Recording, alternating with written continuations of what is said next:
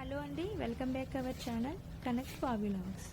Last time నేను దిండి గురించి video చేసినప్పుడు మరీ లాంగ్ అయిపోతుందని చెప్పి నేను ఎండ్ చేసేసానండి. దానికి కంటిన్యూగా ఈ వీడియో అయితే చేస్తున్నాను. ఇక్కడ రూమ్స్ అనేవి ఈ విధంగా ఉంటాయి. మీకు ఆల్రెడీ స్పెషల్ రూమ్ గురించి నేను మష్రూమ్ లైట్స్ అని చెప్పి ఫస్ట్ పార్ట్ 1లోనే చూపించేశాను కదా. సో ఇవైతే కనుక మధ్యలో పాండ్ ఉండి ఈ విధంగా తామరాకులు, తామర పువ్వులు, కొబ్బరి చెట్లతో ఉంటుందన్నమాట. ఈ రూమ్స్ అయితే గోడల మీద ఈ విధంగా ఆర్ట్ అయితే ఉందండి. ఆకుల్ని ఈ విధంగా వేశారనమాట. చాలా బాగుంది కదా. అలాగే ఇక్కడ స్పా అనేది ఒకటి ఉంటుంది. ఇష్టమైన వాళ్ళు స్పాకి వెళ్ళొచ్చు. ఇదేనండి క్యాంటీన్. అయితే మనం ఎంటర్ అయిపోయాం క్యాంటీన్లోకి. చాలా నీట్గా ఉంది కదా. ఇక్కడ అన్ని రకాల టిఫిన్స్ ఉంటాయి. అంటే నాన్ వెజ్ కానివ్వండి, వెజ్ కానివ్వండి, మన సౌత్ ఇండియా, నార్త్ అన్ని రకాల టిఫిన్స్ అయితే ఉంటాయి.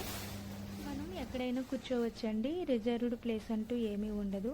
స్టార్టింగ్లోనే మనకి ఫ్రూట్స్ ఉన్నాయి, చూసారు కదా. Fruits, juices, milk, soups, tea, అలా మనకి ఇక్కడ మిల్క్ అన్నీ ఉన్నాయన్నమాట.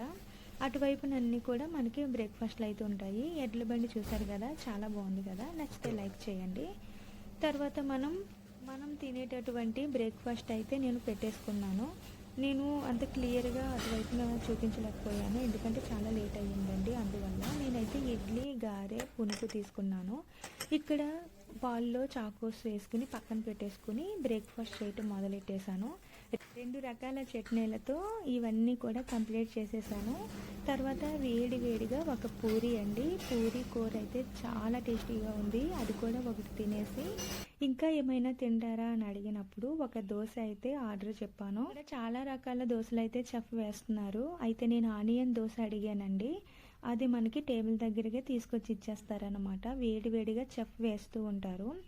దోశ కూడా తినేసిన తర్వాత ఆమ్లెట్ కూడా ఒకటి ఆర్డర్ అయితే పెట్టుకున్నాము. ఎగ్స్ అనేవి తినలేదు కదా, సో దానికి రిప్లేస్మెంట్గా ఒక ఆమ్లెట్ అండి. ఇది మనకి చీజ్ ఆమ్లెట్. ఇలా చాలా రకాల ఆమ్లెట్లు అయితే ఉన్నాయి.